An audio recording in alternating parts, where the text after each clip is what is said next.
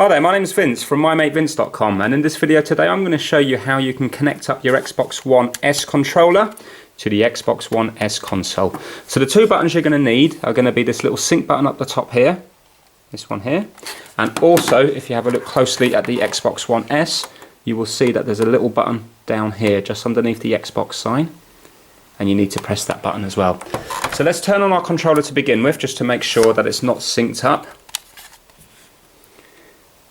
Now normally if your controller is in sync, then this will be a solid light, but as you can see it's just flashing. So if you were to use this controller in another person's house, if you were playing on their Xbox, or if it's the first time you're setting up your console, this is what happens when you bring it back home. So all you need to do is, you need to press and hold this little button down here just for a second,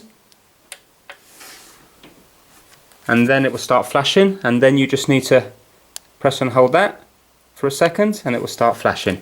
Now what will happen is they will both keep flashing until they both sync up with each other, and that's as easy as that. So that's one way of doing it. Now if you look at the screen you can see it's moving around the place, so that's now synced up.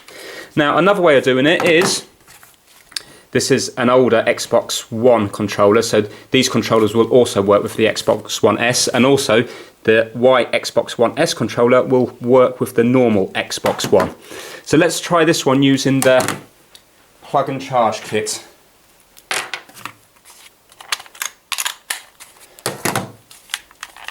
So if you have a look here, this is the plug and play kit where you don't have to keep putting batteries into it, and it comes with a nice long lead where you have one of them a standard USB and the other one's a micro USB. So all you do is you plug your micro USB into the top, and let me just show you that it's not synced up.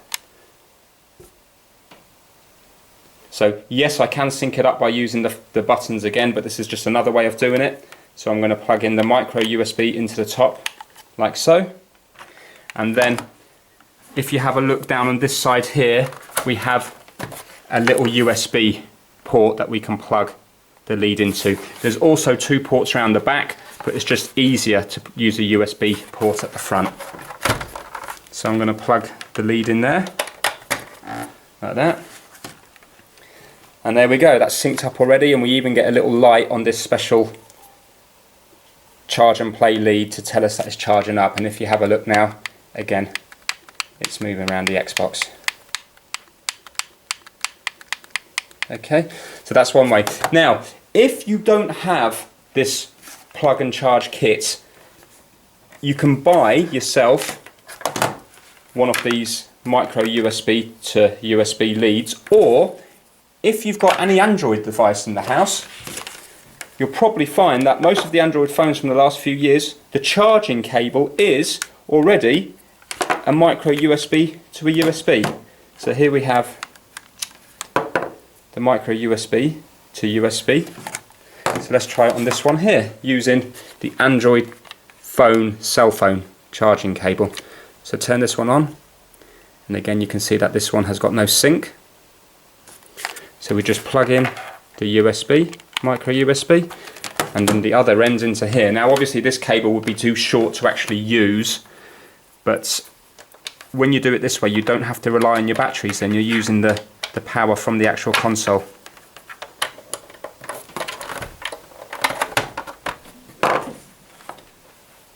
And again you can see it's synced up now, like that. You can use this to sync it up, and then once it's synced up you can unplug it and it will remain synced up. Yeah, so you can just use the lead just to pair it to the controller, then you can unplug it. Now if you don't want to use batteries, if your batteries have run out and you're thinking, well I still want to play and I don't want to go to the store and buy new ones, you can use your charger from your Android phone. So there we go. That's the normal charger for the Android phone. And what I'm going to do that, I'm going to plug that into the power supply, like so. And then when you turn on your controller, what you have to do is, you will have to, if it's not synced up, you will have to sync it up via the button. But again, you can see now that it works without batteries via a power cable. So if you don't want to be sat close to the console, if you've only got a short lead, if you've got a power point near you, then you can do it this way. So if you've got a power point right next to where you're sitting, even if you only have a 1 or 2 meter lead, then you can still play the console without batteries, just using it with your Android charger.